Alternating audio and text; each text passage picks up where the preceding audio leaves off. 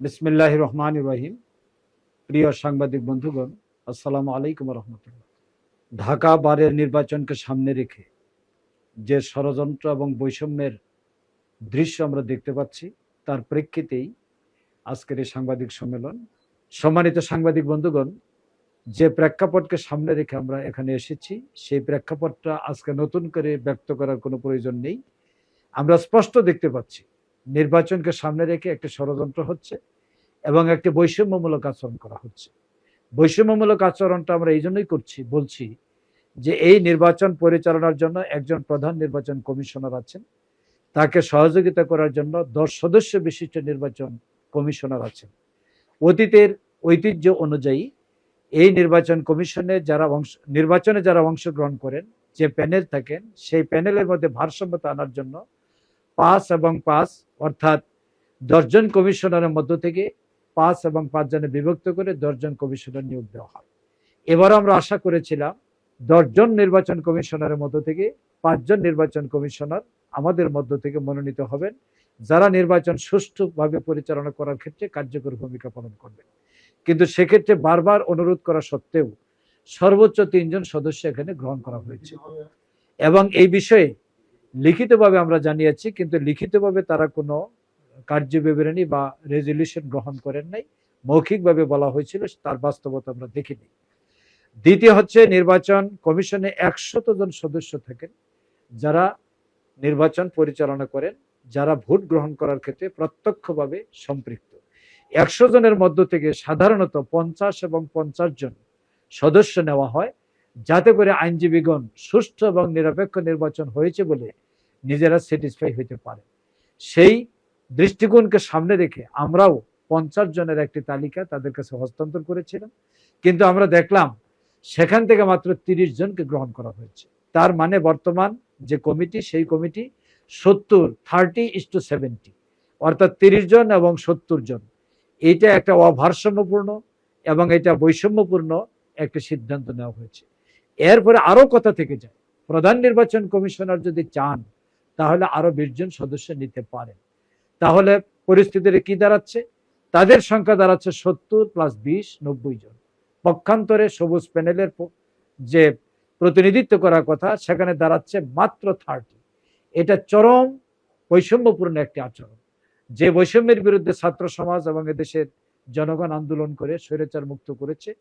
স্বৈরাচারের বিদায়ের পর এই প্রথম নির্বাচনে এই ধরনের বৈষম্য নিয়ে যে ইলেকশন হতে যাচ্ছে, এটা সুষ্ঠু, নিরপেক্ষ, গ্রহণযোগ্য হওয়ার ক্ষেত্রে যথেষ্ট প্রশ্ন দেখা দিয়েছে। আমরা নির্বাচন কমিশনের উপর আস্থা রাখতে চাই, বর্তমান কমিটির উপর আস্থা রাখতে চাই, কিন্তু আস্থা রাখার মতো যে আচরণটা, সেটা দৃশ্যমান হতে হবে। এই ব্যাপারে আমরা অনেকটা হতাশ হয়েছি, কিন্তু আমরা মনে করি এখনো যথেষ্ট সময় আছে। এই সময়ের মধ্যেই তারা নির্বাচন কমিশনের 10 জনের মধ্যে 5:5 এবং 100-এর মধ্যে 50:50 এইভাবে নিশ্চিত করে এই নির্বাচনে তারা আইনজীবীদের আস্থা অর্জন করার মাধ্যমে নির্বাচনে ব্যবস্থা করবেন। এটাই বাংলাদেশ লয়ার্স কাউন্সিলের পক্ষ থেকে আহ্বান। লয়ার্স কাউন্সিল মনোনীত সবুজ প্যানেল সমর্থিত আমাদের যে প্যানেল, এই প্যানেল থেকে আমি অ্যাডভোকেট এস.এম. কামাল উদ্দিন, আমি প্রেসিডেন্ট ক্যান্ডিডেট।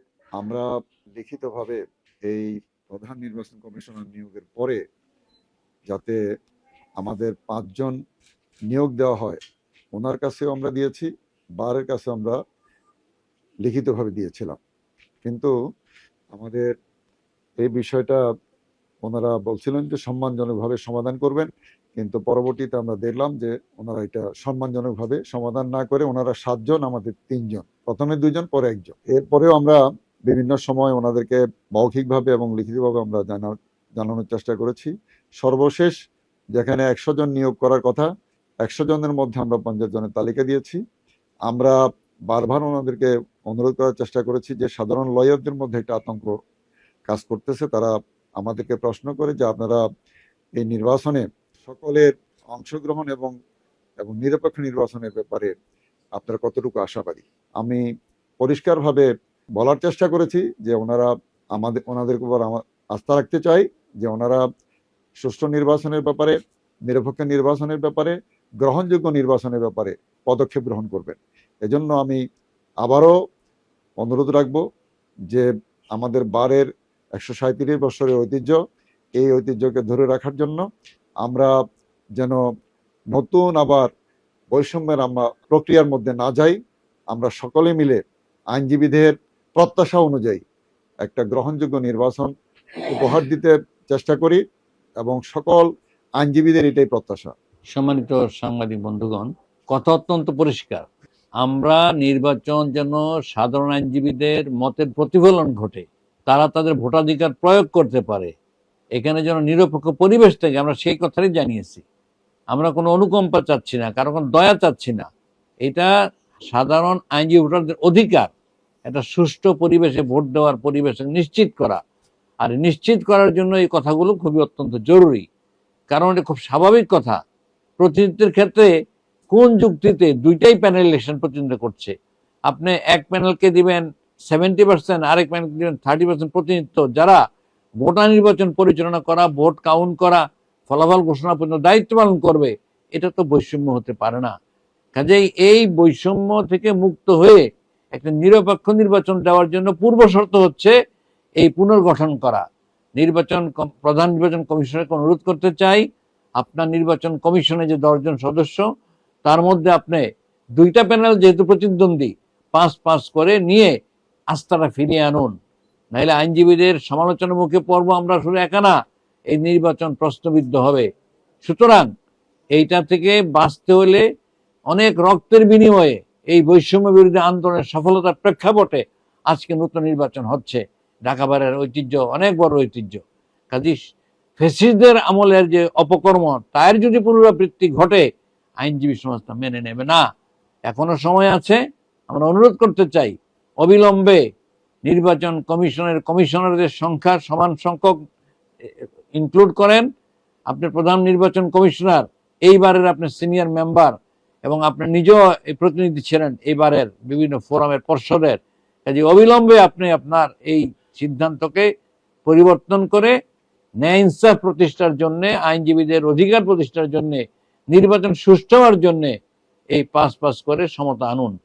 আর যারা নির্বাচন কমিশনের অধীনে নির্বাচনের সহায়ক শক্তি হিসেবে মেম্বার থাকবে, সেখানেও 50-50 করে আপনারা নিয়ে আসেন। যদি এটা করতে ব্যর্থ হন, না পারেন অথবা না করেন, এবং যদি কোনো রকমের অনিয়ম হয়, আইনজীবী সমাজ তা মেনে নেবে না।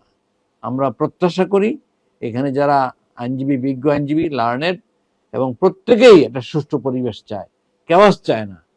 কারণ এটা একদম পিওরলি আইনজীবীদের স্বার্থ রক্ষা, আইনজীবীদের পেশাগত উন্নয়ন এবং আইনের বিচার নিশ্চিত করার জন্য ভূমিকা রাখে তারা। বার এবং বেঞ্চের রিলেশনশিপটাও তাদের দ্বারা নির্ণীত হয়।